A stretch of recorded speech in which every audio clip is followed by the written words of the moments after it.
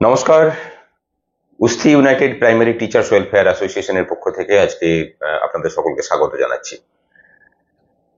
আপনারা জানেন যে 2019 সালে উস্থি ইউনাইটেড প্রাইমারি টিচার্স ওয়েলফেয়ার অ্যাসোসিয়েশনের লাগাতার অনশন আন্দোলন এবং অবস্থান আন্দোলনের চাপে পড়ে সরকার প্রাথমিক শিক্ষকদের বেতন কাঠামো পরিবর্তন করতে বাধ্য হয়।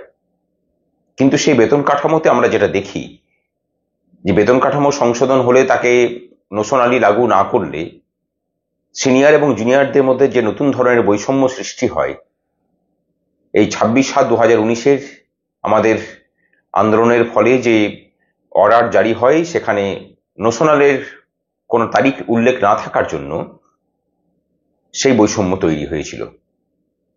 সেই বৈষম্য নিরসনে আমরা যেমন তারপর থেকে একাধিকবার পথে নেমেছি, তেমনি আদালতে মামলাও দায়ের হয়েছে। গত বছর জানুয়ারি মাসে মামলার অগ্রগতি অত্যন্ত দ্রুত গতিতে চলছে। সমস্ত রকম ভাবে আমরা তৈরি হয়েছি। সরকার পক্ষ একবার হলফনামা দিয়েছিলেন, মাঝখানে বেঞ্চ বদল হয়। নতুন বেঞ্চে আমরা যেটা প্রথম থেকে বলেছিলাম যে হলফনামায় সরকার উত্তর দিয়েছে তাতে ভাষা ভাষা করে কিছু উত্তর দেওয়া হয়েছে, সমস্ত সমস্যার তাতে উল্লেখ করা হয়নি। এবং সব থেকে গুরুত্বপূর্ণ যেটা আমরা দাবি করছি যে 26/7/2019 অর্ডারটা কোনো মতেই গ্রেড পে বৃদ্ধির অর্ডার নয়, এটা বেতন কাঠামো সংশোধনের অর্ডার।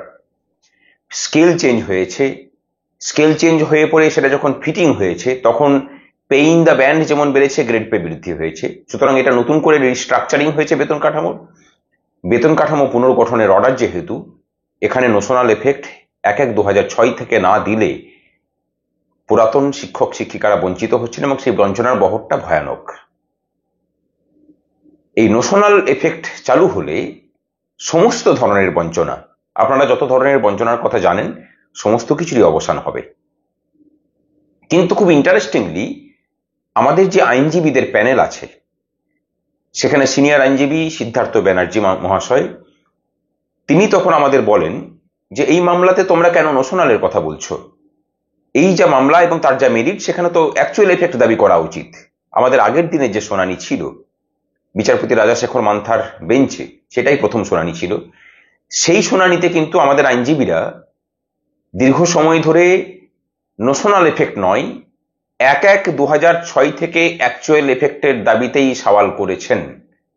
তখন সমস্ত সওয়াল শুনে, সেই দিনের সওয়াল প্রায় 1 ঘন্টা মতো চলে, সেই দিনের সওয়াল শুনে বিচারপতি তখন বলেন যে এই কেসে আমাদের যে পয়েন্ট আছে তার সমস্ত কিছু বিশদ তথ্য উল্লেখ করে রাজ্য সরকারের শিক্ষা দপ্তর এবং ফিনান্সকে তাদের হলফনামা দিতে হবে।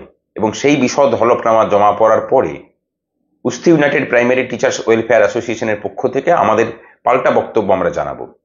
আজকে মামলার দ্বিতীয় শুনানি ছিল। এর আগে 12 তারিখে, মানে 12ই জুন সরকার পক্ষের হলফনামা দেওয়ার কথা ছিল। 19 তারিখের মধ্যে আমাদের পাল্টা বক্তব্য জানানোর কথা ছিল, কিন্তু সরকার পক্ষ হলফনামা দেয়নি। আজকেও অনেকক্ষণ শুনানি হয়েছে। আজকে আমাদের আইনজীবীরা আবার একই কথাই বলেছেন, যেদিন আগে কথাগুলো বলেছিলেন যে নোশনাল নয়, এই মামলাতে 1/1/2006 থেকে প্রাথমিক শিক্ষক শিক্ষিকারা অ্যাকচুয়াল এফেক্ট পাবেন। কিসের অ্যাকচুয়াল এফেক্ট?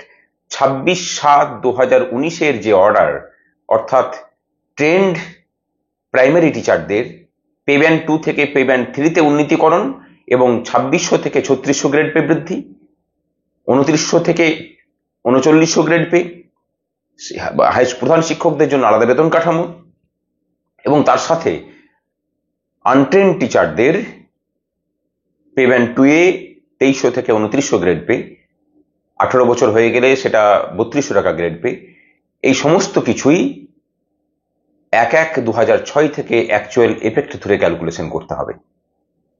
সরকার পক্ষ আজকে এসে পড়ে বলে যে বিষয়টির জটিলতার কথা ভেবে তারা এখনো পর্যন্ত তৈরি করে উঠতে পারেননি, তাদের সময় দরকার। বিচারপতি 4 সপ্তাহের সময় দিয়েছেন।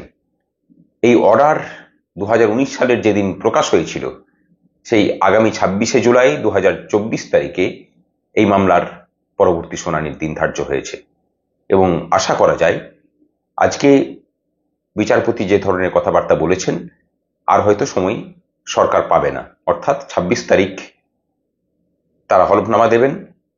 তার আগে যদি দেন তাহলে আমরাও পাল্টা আমাদের বক্তব্য জানাবো এবং 26 তারিখে পূর্ণাঙ্গ শুনানি হবে।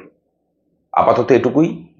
নোশনাল হলে পরে সমস্ত কিছুর সমাধান হবে এবং এটাই যেহেতু আমাদের প্রাথমিক দাবি দেওয়ার বিষয়, তাই নোশনাল মামলা আমাদের কাছে একদম পাখির চোখ এবং এটাকে সর্বোচ্চ গুরুত্ব দিয়ে সংগঠন লড়ছে। সেটা আমাদের আইনজীবীদের তৎপরতা, আমাদের ক্রমাগত লেগে থাকা এবং আমাদের আইনজীবীদের প্যানেল, তার ওজন, সেটা দেখলেই সেটা বুঝতে পারবেন। ভরসা রাখুন, এই মামলায় আমরা জিতব এবং জিতলে 26/7/2019 ফলে সৃষ্ট সমস্ত ধরনের বৈষম্যের সমাধান হবে। ততদিন পর্যন্ত নমস্কার।